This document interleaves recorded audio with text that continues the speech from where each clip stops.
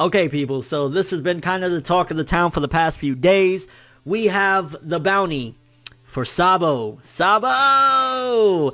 And it's kind of controversial in a sense because a lot of people are saying that Oda lowballed them. And this was released, I believe, in one of the One Piece, because One Piece is so big now it has its own magazine. They've been releasing it, and this was released in one of the magazines, his bounty. It's kind of like, you know, a leak thing or whatever. A lot of people are saying that it was lowballed. That for being, you know, one of the top tier from Dragon's crew, you know what I'm saying? Monkey D. Dragon. That is low. Now you think about it, I believe Ace was around 550,000, something like that. So it's about like 50 to 100,000 more than Ace. And the way I feel about it, I gotta look at it and analyze it a little bit in a sense, comparing it to other things. Like, okay, if you compare it to Cracker, it feels low. Because like Cracker, he's part of Big Mom's crew, but you always look at the Revolutionary Army like if they're larger than life, right? You always think like, hey, it's the Revolutionary Army, these motherfuckers should be like in the billions, you know what I'm saying? So 600 million compared to like, you know, Cracker, what was Cracker, 800 million or a billion berries, some crazy shit like that. It's like, you would kind of expect for Sabo to be somewhere close to there, again, if he's so high up in command in the Revolutionary Army, but it's not. But also, you got to think of it like this, and you got to kind of analyze it and question. If Monkey D. Dragon, right, he's the strong guy, which I'm assuming that he's like, you know, up there, whatever. He's probably Yonko level, if not more, right? Revolutionary Army, but it always got to make you wonder, why isn't Monkey D. Dragon, if he's done some things, like considered one of the Yonko? If he's on that level. So maybe, which, you know, this could be a big thing, and this is a topic of discussion that, you know, nobody really has. People could say, I know this, and you're stupid for this, but in reality, we don't have any proof because we've never seen him really in heavy combat.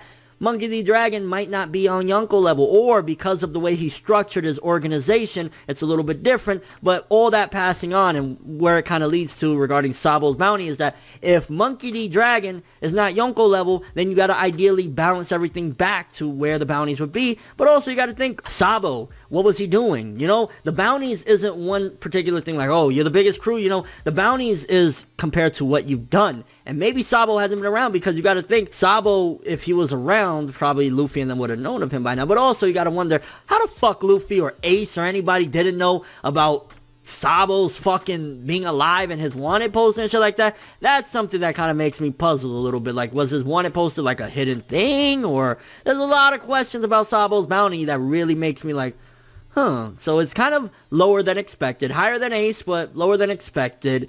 Why the fuck didn't Ace or Luffy or anybody know that he was alive if there was a wanted poster out there? Did they just not see it? Or was it because his wanted posters were mainly posted in New World? Or is it because he was part of the Revolutionary Army? A lot of questions regarding Sabo's bounty, and I'm glad that Oda actually showed it, even though I felt that should have been like a main manga thing and not a side magazine thing. That's just my opinion or whatever. But I mean, personally, I think it's lower than I expected, lower than I wanted, but how high can it really be, again, if you're comparing the Revolutionary Army and Monkey D. Dragon with the Yonko? Because I always would have thought if Monkey D. Dragon was on that level, he should be a Yonko, right? I mean, if he's that big of a threat to the world government and shit. But then again, the Yonko is like, it's a whole different system as well. And if the Revolutionary Army are trying to overthrow them, they might not even want to give them that title. They're just a whole different breed in and of itself. But it is interesting to know. I'm really curious what you guys think about Sabo's bounty. Again, I believe it's 602 million, about 200 million off from Cracker, from, you know, Big Mom's crew. Do you think it's too low? And I think